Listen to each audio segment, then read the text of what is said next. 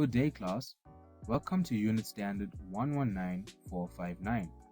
In this unit standard, we will look at how to write, present, sign for a wide range of contexts. It is made up of 3 sessions. In this session, we will start by looking at how to write or sign for a specified audience and purpose.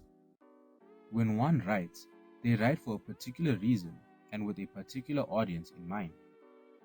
The purpose of a text can be to provide information, to persuade the reader, to give instructions, or to enact something.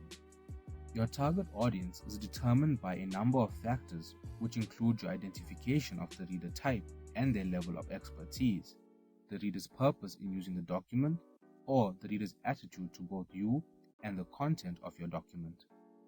One can use various styles of writing to provide information which could be narrative, reflective, descriptive, expository, electronic text, and multimedia presentations.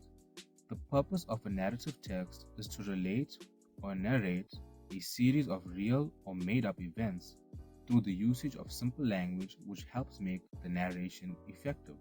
Reflective text is when the writer gives their own opinions on a particular topic. The aim is not to establish the truth, but to air his opinions. Descriptive text is to paint a clear and distinct picture of the person, place, issue, or thing being described. One should try using a passive voice from the perspective of a fictitious observer. Expository text is meant to inform the reader. That is an unbiased text that is an explanation or a process that emphasizes well-organized and concise information. Electronic texts are meant to represent, store, or transmit information by electronic systems. The transmission of information could take form of a SMS, email, fax, or any other electronic alternative. Multimedia presentations are intended as compositions in which you combine illustrations, texts, photos, and other mediums. It may require the use of skills in drawing, graphics and image editing, animation, photography, video and presentations, and the use of the internet and the web. When writing to persuade the reader, the writer can either be discursive or argumentative. A discursive text is written to argue about a subject. Both sides of the argument must be given, and at the end, the writer sums up everything by giving their points of view. An argumentative text is meant to convince the reader to accept your points of view.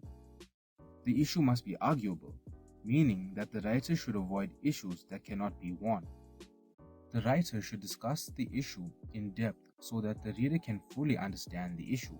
The writer's position should be clear, and the tone used should be reasonable, professional, and trustworthy.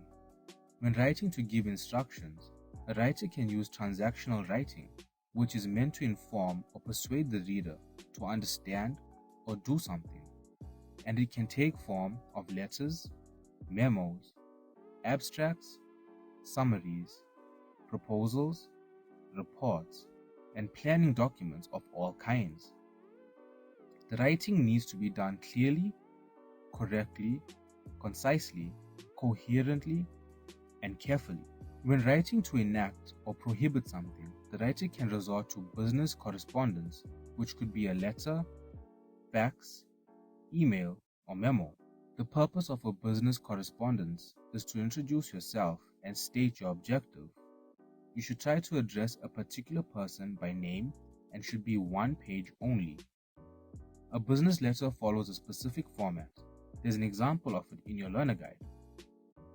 Regardless of what writing you do, you need to always have introduction, body, and conclusion, which is what allows the reader to know what they are going to read about. There are a number of strategies for planning that one can use, which include brainstorming, mind maps, spider diagrams, and highlighting. Brainstorming is when different people who have a vested interest in the matter get together and share thoughts and ideas on a specific topic. These thoughts and ideas should not be premeditated. Mind maps are tools which can help you think and learn. It involves writing down a central idea and thinking up new related ideas which radiate out from the center. By focusing on key ideas written down in your own words and then looking for branches out and connections between the ideas, you are mapping knowledge in a manner which will help you understand and remember information.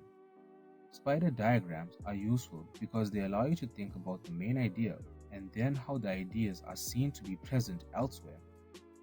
Highlighting words, sentences, or paragraphs enables you to see what is important or relevant in a text at a glance. We have come to the end of our first session. Please ensure to go through your learner guide to cover all the topics in more detail. We will continue with the second session after a break.